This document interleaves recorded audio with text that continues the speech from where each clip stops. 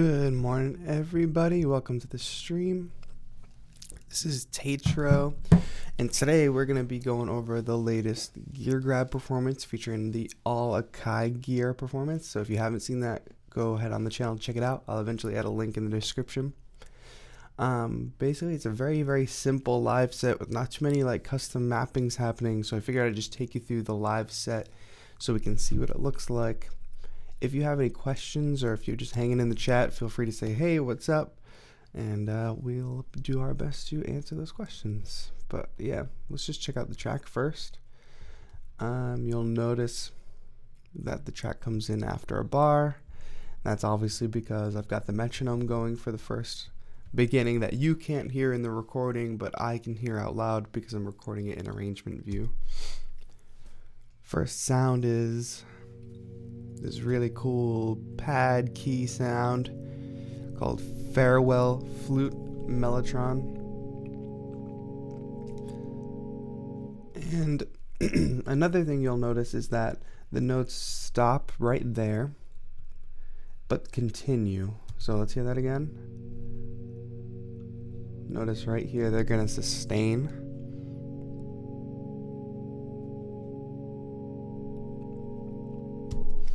And what's cool about the Akai MPK Mini, at least the Mark I version, is that it has a sustain button on it. So if you go back and watch the performance, you'll notice that I'm playing the keys, and then I sort of transition my hand into holding down the sustain button. That way I can reach over and launch the clip on the APC40.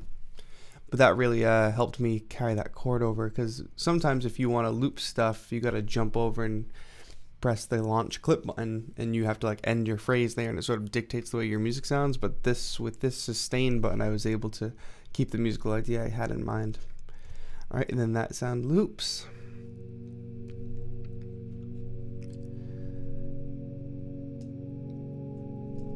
Very simple. And then we add in some kicks, which is from Ableton's Electrified kit. And you'll notice in this drum rack here that I'm using 3 kicks in particular. You'll also notice that the send B is getting dialed in. That's just a layer of improvisation to make the kick a little bit more interesting as we go.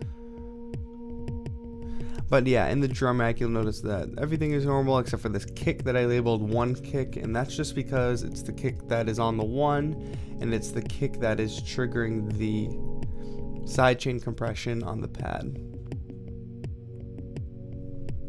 Then we enter in some tom sounds, and we're going to do the same level of improvisation with the send B there as well.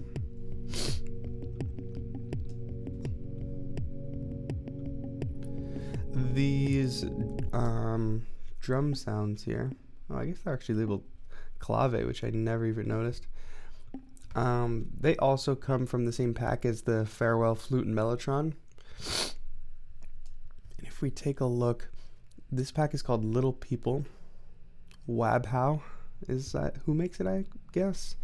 I believe it's free. I talk about it all the time. It's got this really awesome vocal sound, female vocal sound that I use in a lot of my tracks. So look up this pack. I'm almost positive that it's free. I use it a lot.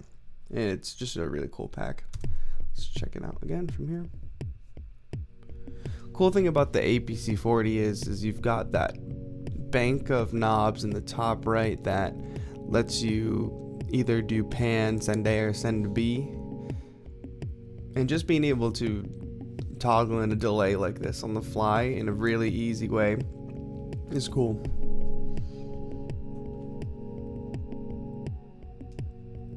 Whereas a little bit different on push, my top row of knobs is the only row of knobs that I really have to edit things.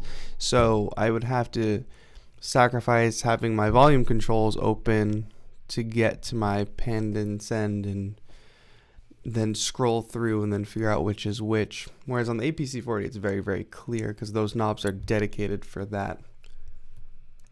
But I don't know, it's the price you pay for accessibility on the push. Accessibility and customization.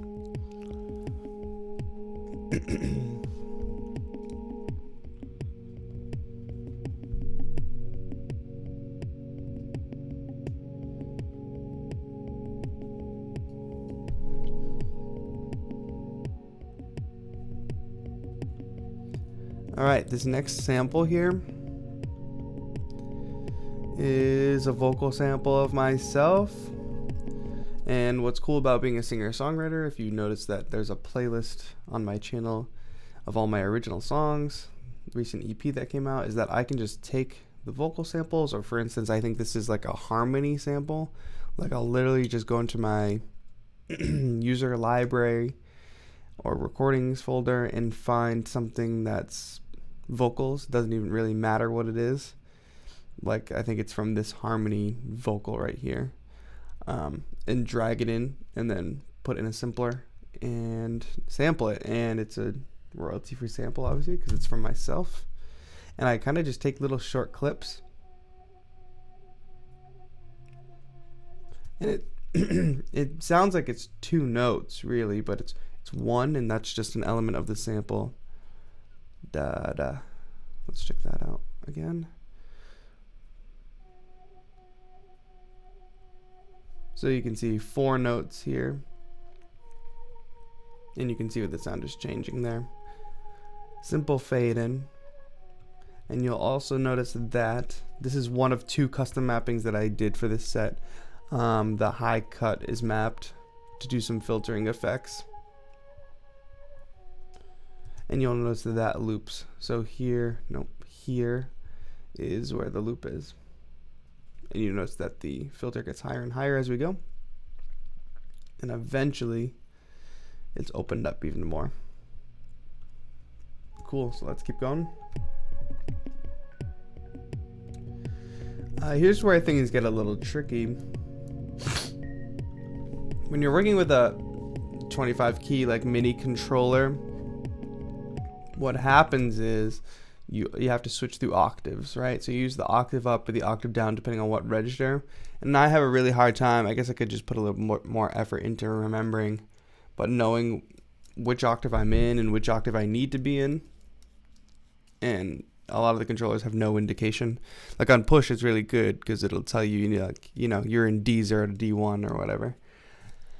On a launch key or like a MPK mini, it doesn't tell you, so you're just kind of hitting the octave up or octave down button, hoping you're in the right place, and you don't really know until you play a note. So the beginning of this marimba playing, you'll notice that I actually hit a note that's out of this marimba's range, because this marimba, I believe, this marimba is from the pack, which is orchestral percussion, orchestral mallets actually. And the orchestral mallets and all the orchestral sounds are sampled from real live instruments, so notes that are out of their range are not playable because it's sampled from a real instrument where the notes are not playable. So basically this coming in here was me kind of knowing that I wasn't going to be in the right octave or having a feeling, and just doing some improv. Like you see, even this note didn't sound. And eventually going from there, from that phrase, I knew, oh, I need to be 1 more octave down, and I was able to play a phrase that was closer to what I wanted.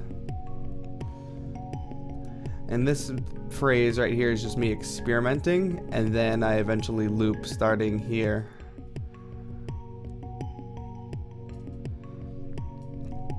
Which is cool. It makes me nervous sometimes when I'm doing it in live performance, not looping immediately or testing out sounds, because you never know what's going to come out first, but I guess it's just part of the improvisation aspect.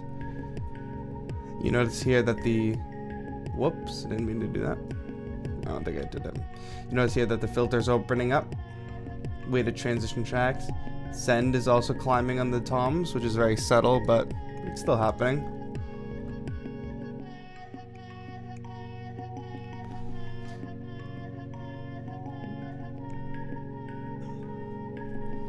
So even just adding that simple filter that opens up and then comes back down can really like help the track, because obviously this is a track built off of loops, and you'll notice that we have, when we get to that point, we've been hearing the same thing for 1, 2, 3, 4, 5. We've been hearing like 5 of the same thing for almost 3 minutes, and being able to tailor those sounds with filters or with effects is really important in an improv electronic music set, because you don't only do so much, especially if you want to do a lot live. Like, all of this was obviously played live. I could have had clips like ready to go, which I do eventually do with the drum loop that's going to come in later.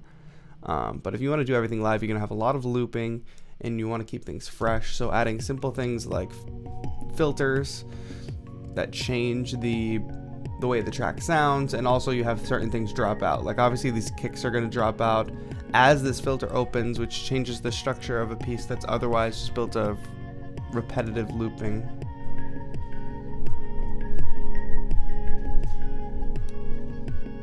So like I said, if you're just joining right now, we're breaking down the latest Akai gear grab, which you can go watch on the channel now.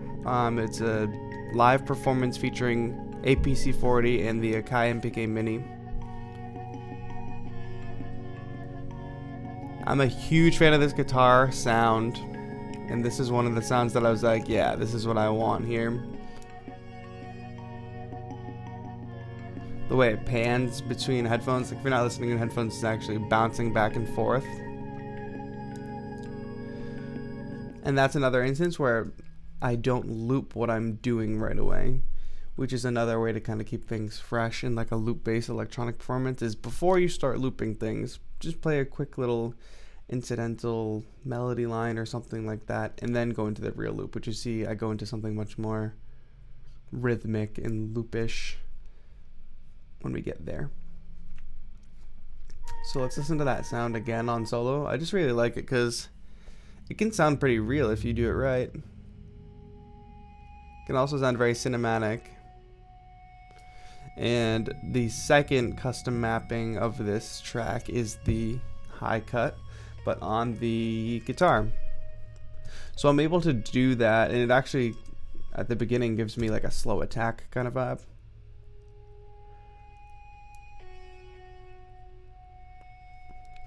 It's almost like I'm playing with feedback. And the harmonics that come with the feedback too are beautiful, I think.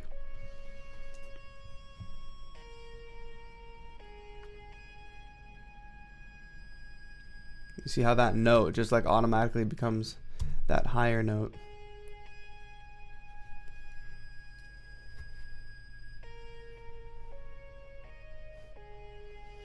Then I'm able to play something much more flowy. And of course, not only am I looping the notes, but I'm also looping this automation here. So you can see that that's repeated right here. All the way through. Until eventually it gets opened up later. Almost same exact technique as the last vocal sample, where it's looped, and then it's opened up later on. And even with the vocal sample, you see it's brought back down here, and then it's brought back up there. All right, let's listen to the whole track from there. Actually, we're not there yet. So let's start from the guitar loop.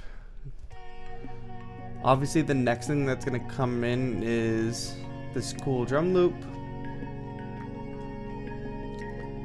I'm not sure which pack this came from. Actually, packs. I believe it came from Break Selection. Yeah, it definitely did. Break Selection, one of these. I believe this is free. A lot of really cool hi-hat samples and breaks and drum fills. It's really cool. This is essentially the drop. The kicks drop back in. No bass in this track. Well, no bass line in particular. The chords that are being played on the mellotron are carrying the harmonic function.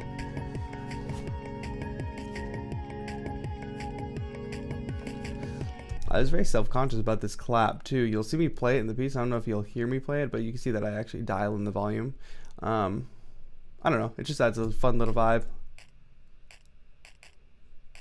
And especially when the obviously when the drum loop drops out, you can hear it too, but it just adds a little bit more emphasis on the like clear like backbeat kind of vibe.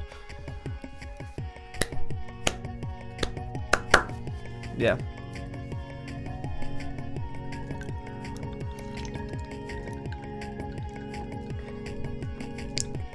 And I'm pushing the volume up super subtly because I'm like, well, crap, you can't really hear that.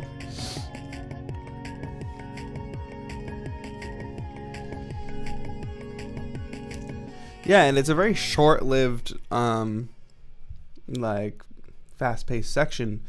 I do like to keep my performances rather short, just because I think a lot of the problem with some of this loop-based and electronic music performance videos are that they just go too long. Like, even this one, like, it goes over 5 minutes, which if you just look at that as a viewer, you're like, oh, I'm going to watch this 5-minute looping video. Great.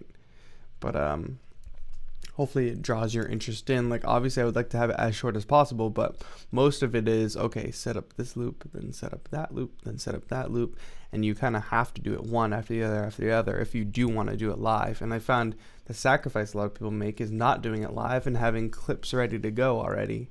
And that's definitely one style of performance, but like if I'm doing a live performance, I want to make sure you see me like playing this stuff live.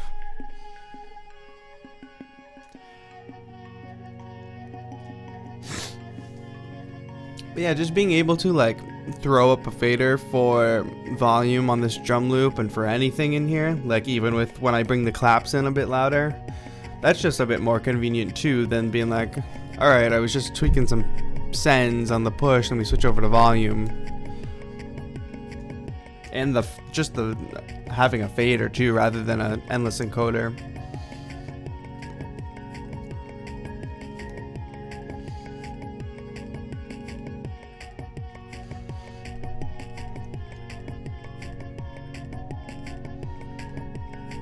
So you kind of get the vibe. It's got its nice little peak right there. And then boom, it's not there.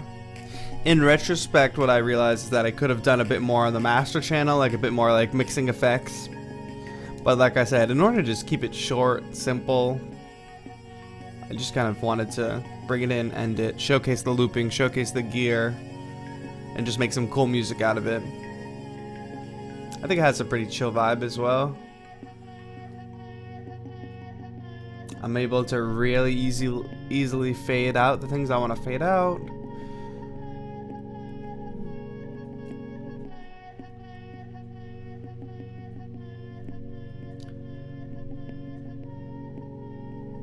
And then just vibe out with it. The question did come up, I think, a couple days ago where like, how do you record your live sets? Well, obviously when I'm recording, I'm over here in session view, and session view is right now holding all the clips that I recorded. So think of it as like a traditional guitar looper or something like that. Whereas like I play one phrase, obviously I play the flute mellotron first, and then that loops, and then I play the kicks, and then I play the toms, vocals, marimba, lead, and then here's my drum loop. This drum loop being in the second scene like just tells me visually on the controller that that's what that track is. A lot of times half the battle with doing a performance like this is memorizing what tracks are what, because you don't want to be staring at the computer. Obviously, like my computer was right in front of me, I could have looked up right at it, but I don't like to do that because that just confuses you more when you look up at a screen and there's tons of words on there. The lead is on track 6 because I can remember 6 in solo. I don't know, that's just super easy for me to remember. And yeah, so I'm recording loops in session view while this arrangement record is also on. So that way it's happening in the background, recording all my automation, recording when I start and stop clips, but I'm performing in the session view. Sometimes this can be a little wonky, like track selection will be weird sometimes. It works perfectly on the APC40 because you're like physically hitting, okay, track 1, arm. When you have a controller that scrolls through tracks and then arms them, like push or like the launch key mini, it can be a little quirky where you're scrolling through the tracks, but it doesn't arm them for record. It'll even like show that it's arming them for record, but you're not actually armed for recording.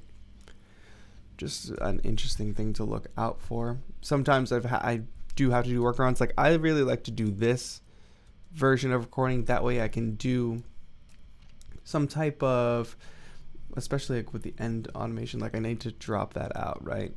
If there's any just random things like, oh, that was way too loud the whole time, I will bring down a channel's like total volume.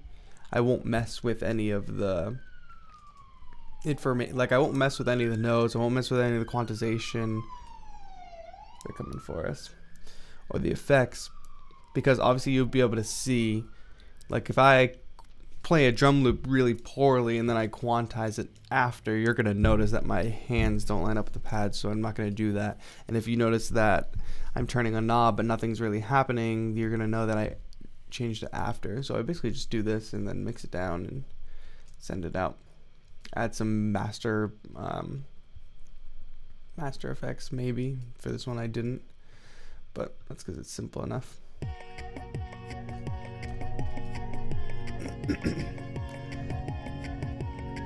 Yeah, and then you notice that all these are automated. Send A automated, send B is automated. The cool thing about it is I don't have to do any custom mappings to do the sends or the volumes, which is pretty standard, but different from performing with the push for sure.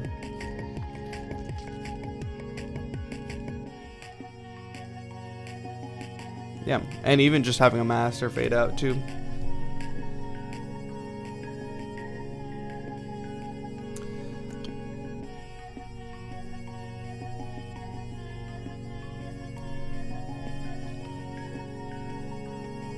But yeah, that was a really quick stream today, and I appreciate everybody who came to watch. This is going to be up in the archive, so you guys can know how I did this live set. If you enjoyed this breakdown, please give it a thumbs up. If you want to see more performances, get some sound packs, and see some tutorials, make sure you subscribe down below. And let me know what you think. If you record sets like this, I have recorded into portable recorders sometimes, but do you also record in arrangement view? Let me know what your technique is. But yeah, this has been TAETRO. Have a good one.